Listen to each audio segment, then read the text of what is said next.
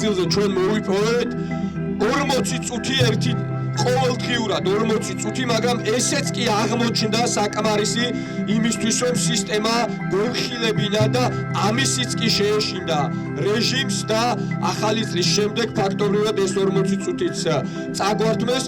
ამიტომ ჩვენ ვითხოვთ როგორც ამის დაბრუნებას, ასევე მთლიანად დღის ეთერის აღდგენას, რომელსაც ასევე ითხოვენ აქ ყოფილი კეთილსინდისიერი ჟურნალისტები, ამიტომ თუ შეიძლება მათაც რომ მივესალმოთ და მათ დამიც გამოვხატოთ ჩვენი ხარდაჭერა.